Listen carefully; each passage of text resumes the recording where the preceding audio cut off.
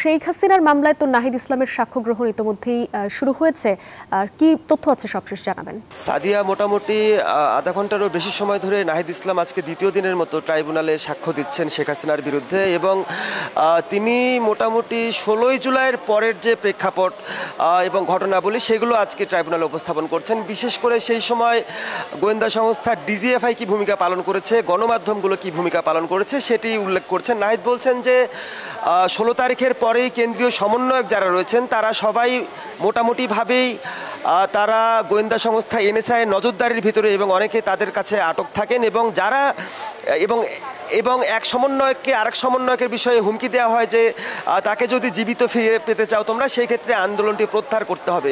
নাহিদ ইসলাম বলছেন যে তিনি একটি রাজধানীর একটি বাড়িতে আত্মগোপনে ছিলেন, সেখান থেকে মাঝরাতে 21 জুলাই তাকে তুলে নেয় ডিজিএফের সদস্যরা। পরে তাকে 24 ঘন্টা তাকে যে বেধড়ক মারপিট করা হয়, নির্যাতন করা হয়, এবং তার কাছ থেকে এই স্বীকারোক্তি আদায়ের চেষ্টা করা হয় যে তারা যাতে আন্দোলনটি প্রত্যাহার করে।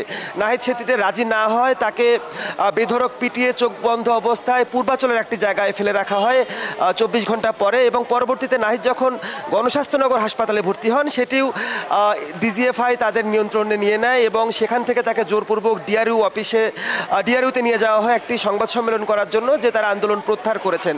অর্থাৎ আন্দোলনটি যাতে শিক্ষার্থীরা প্রত্যাহার করেন, যারা তাতে যুক্ত আছেন তাদেরকে নিবৃত্ত করেন, সেই চেষ্টাটি কিন্তু বারবার করা হয়েছে। এবং এরই মধ্যে সার্জিস এবং হাসনাত তাদেরকেও কিন্তু ডিজিএফআই তাদের নিয়ন্ত্রণে গ্রেপ্তারে নিয়ে নিয়েছিল, এবং সব দিক থেকে চাপ দেওয়া হতে থাকে যে এই আন্দোলনটি প্রত্যাহার করা হয়। এর মধ্যে তারা কিছু কর্মসূচি ঘোষণা করেছেন এবং এই আন্দোলন চালিয়ে যাবার যে ঘোষণাগুলো দিয়েছেন, নাহিদ অভিযোগ করছেন যে তাদের কোনো সংবাদই কিন্তু গণমাধ্যম সেভাবে প্রচার করেনি। অর্থাৎ ফ্যাসিস্ট সরকার এরই মধ্যে কিন্তু পুরো গণমাধ্যমকে তাদের নিয়ন্ত্রণে নিয়ে নিয়েছিল, এবং বারবার একটি হুমকি দেওয়া হয়েছে যে সমন্বয়করা যদি জীবিত তাদেরকে দেখতে চান নাহিদ, সেই ক্ষেত্রে তারা যেন আন্দোলনটি প্রত্যাহারের আবেদন করেন। তো মোটামুটি 28 তারিখ পর্যন্ত নাহিদের বর্ণনা এসেছে, এইভাবেই 5 আগস্ট পর্যন্ত নাহিদ তার বর্ণনা তুলে ধরবেন।